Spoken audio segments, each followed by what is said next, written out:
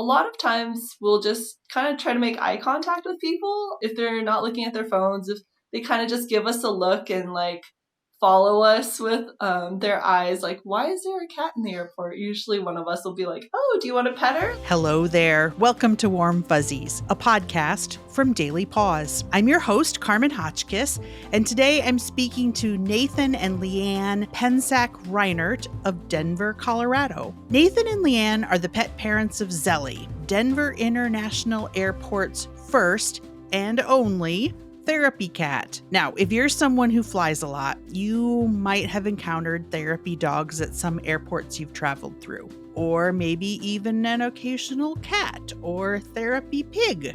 At least 37 airports in the United States have programs set up in which volunteer handlers and their certified therapy animals wander the terminals. They offer free petting and temporary furry companionship to anyone who could use some relief from the tension of traveling.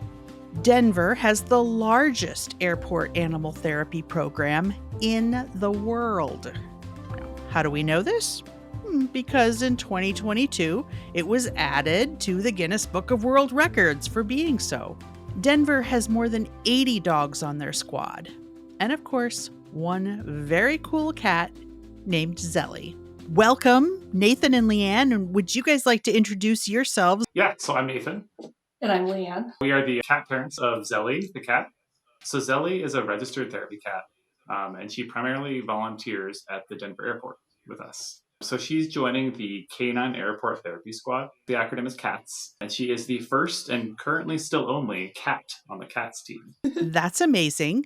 Before we go into more detail about what Xeli does at the airport, can you tell us a little about her? She's 11 years old. We adopted her when she was a kitten, just after we had adopted a Shiba puppy. And so it worked out for both of them. Like, he got used to cats, and then she got used to dogs really fast. She's definitely one of the most friendliest cats. She loves attention. She just loves sitting on people's laps, especially when we're at the airport or climbing on top of their luggage and just sitting there, taking in everything, getting chin scratches. We kind of joke around that she acts more like a dog than a cat. We had some friends over who actually weren't cat people, and I think that's kind of how the conversation started. They were like, oh, well, Xeli's a really cool cat. Like, she would make a great therapy animal. Do they have therapy cats? And I think after we were talking to friends, Nathan kind of looked up some therapy programs to see, right? Yeah. And then we were like, I know therapy dogs are a thing, like therapy cats a thing. We were Googling around and found Pet Partners. That is an organization that I think there's 7 different types of animals they certify or register rather as therapy animals. So like, oh my gosh, that's so cool. Like, may as well try and see what happens. See if we can make the cut. So I think it was 2016. Nathan decided he was going to go through the program with Xeli to see if he could register to become her handler. And so the program, you have to go through how to be an advocate for your animal. So after he went through all those lessons, there was an in-person test that he had to go through with Xeli to make sure that she was fit to be a registered therapy animal. And so the test consisted of things like making sure she could sit on someone's lap for like 5 to 10 seconds, holding her while walking next to a neutral dog. Some other ones were make sure like if there's a loud noise or like a new place, she does fine. Or if she does get nervous, right, she can recover quickly. Leave treats, type of thing. Make sure she like doesn't eat the treats and was okay with like a crowd I don't of people think I could coming around pass. her. Right? So she passed with flying colors, and so did Nathan too. And so they started going to memory care units. I think, Nathan, you went like maybe once a month, twice a month. So we'd visit patients, or they would visit patients in memory care units. They would like let Xeli sit on their laps, and they would just tell stories of like their childhood pet, especially their cats or their dogs. And, you know, it was so sweet because I remember Nathan telling me that like people would tell him the same story every time he came in. And so he kind of got to know like a few of the different residents and stuff, and like heard multiple times about their favorite animal that they remembered. So that was really cool. And even talking to people at the airport too who know about therapy programs, we mentioned the memory care facilities, and they're like, "Oh my gosh, like animals are the best in those environments, right? Like animals, they'll just sit there, they don't judge, and they're just happy sitting on your lap." That it always makes me just tear up just a little bit talking about that. So you're doing the memory care thing. How did the idea of going to the airport? Yeah. So the commute where I generally would do the memory care, it was like half an hour drive without rush hour. So after a while, I'm like, can we figure something out closer? Pet Partners has a volunteer portal where anybody looking for therapy animals, libraries, whatever, can just post requests. And so we live 10 minutes from the airport. And I was shocked when I saw it said, "Oh, Denver Airport is looking for a therapy cat." I'm like, come on, that's not real. It's like perfect. Yeah. So I inquired. I did not know about the CATS program before, but it turns out that the CEO of the airport at the time is a total cat fan. Like, I think she'd think it's amazing if we could get an actual cat on the CATS team. They weren't expecting much, I don't think, to come from this, but just so happened that we're like, "Oh, we live super close to the airport. You need a cat." She's Perfect. registered. And so, yeah, it just kind of kicked off from there. And then when he started going, I decided I would also become a registered handler with Xeli. And so I went and took the test as well so that I could accompany Nathan and Xeli at the airport. It was a little bit easier with two people. That way one person could kind of talk, the other can hold Xeli, and all of the CATS volunteers, they all have trading cards for their animal. And so while one of us is holding Xeli, the other's talking about the program, handing out her trading business card, as they card. like to call it. Yeah. Right. So it worked out. We've been doing that since 2018. Taking her to the airport about once a month for a couple hours until obviously COVID hit, and then we took a small break, but it's resumed since then, and we've been going every month. Right now, we're going to take a quick break. And when we come back, Liane and Nathan have more to reveal about Xeli and her work at Denver International Airport.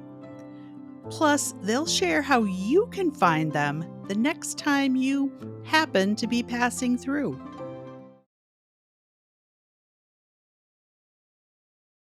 Welcome back to Daily Paws Presents Warm Fuzzies.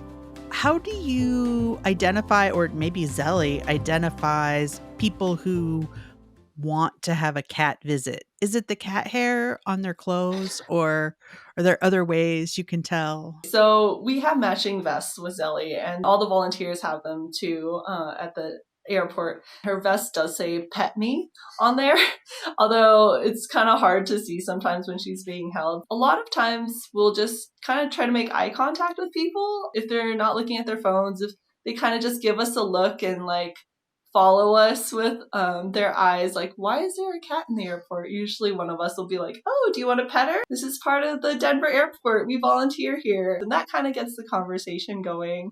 Sometimes people are like, "Oh no, I'm allergic to cats." So other people are like, "Yes, please. I need to pet a cat right now. I miss my cat so much." And so usually once one person starts petting her and we start talking about the program, other people walking by will be like, "Is that a cat?" Right? Yeah, they'll be like, "Oh, I have to pet this cat. I don't even know what's going on." They'll rush over if they see us walking by, and they're like, "Oh my gosh, it's the cat. We've never seen her before. Like, we're so excited. We don't usually get to see her." And that'll just kind of draw people's attention. And that is a call out too, that it's just as much for the employees as it is for passengers. Like, it's stressful on both sides, right? We've been there during major cancellations, and they're like, "Please just come over and talk to both the passengers and us."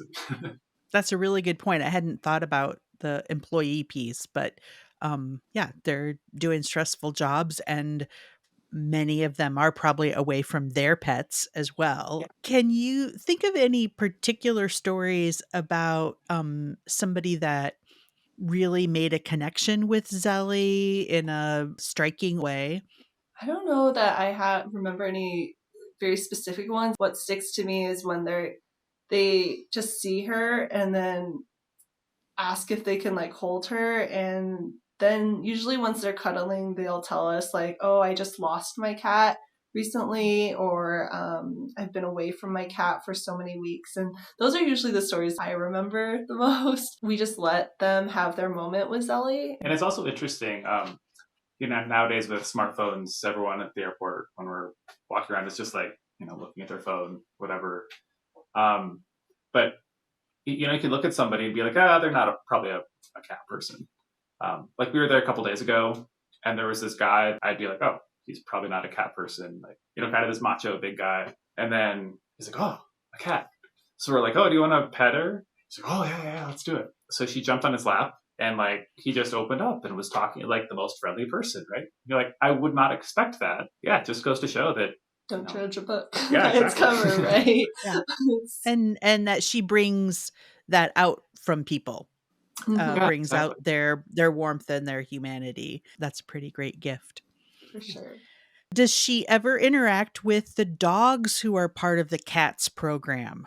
Yeah, there's something that they have to stay away from other therapy animals just as a safety precaution. But there are times where Xeli, like, she really wants to go and see the dog. She wants to go over to say hello, but at the same time, she's like, okay, whatever. She's just not fazed at all. She's like, okay, this is just another big dog. It's fine. Her cat-likeness is coming out, like, just whatever. It does. She knows she's special for sure. Xeli's vest you have customized just a little bit. Can you tell us about the change that you made to her vest? Yeah, so the airport made her vest with the S crossed out so that it just says cat. It's very cute, and people do notice it, and they point it out. They're like, oh, she's a cat. I get it. Canine Airport Therapy Squad, but cats. Earlier, you mentioned when you were going through the certification program that one of the pieces of that was learning how to advocate for your pet. What does that mean? Yeah, so it's basically being able to tell when your cat needs a break or your animal needs a break, making sure that they're not getting overwhelmed. Our shift is 2 hours. Sometimes it's a little bit over just because it takes us more time to either get into the airport or get out of the airport. But you also just want to make sure that your animal isn't stressed or tired. Xeli, we kind of know towards the end of her shift when she's getting a little bit like, okay, I'm done for today. Like I've kind of hit my limit. Knowing when to not let more people pet her so that she gets overstimulated and setting those boundaries. We have been to the airport where there have been a lot of kids, and while she does love kids too, sometimes if they all surround her and crowd, she's okay with it sometimes, but if it's towards the end of her shift, then we have to be like, okay, just, take a step back, pet her one or two people at a time so she doesn't get overstimulated or overwhelmed, and just sticking up for her. Yeah, and that's one of the many reasons why we like to go together. When there have been times with like 10, 15 plus kids around her, and that's just a lot for any person to handle without a cat. One of us can, watch Xeli, and then the other person can like play crowd control almost, and then works out much better. Yeah, that makes sense. And I love that description of just being more aware. So tell us about Xeli's name. How did she get her name?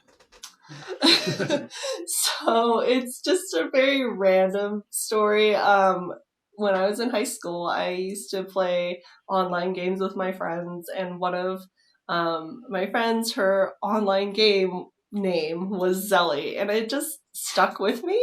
I just really liked that name, and so when Nathan adopted her and we were trying to figure out a name, I just suggested it. She just looked like a Xeli, although we didn't realize it would be such a difficult name to pronounce when you see it because it's Xeli. So yeah, that's just it just stuck, and he liked it, and we were like, okay, her name's Xeli from now on.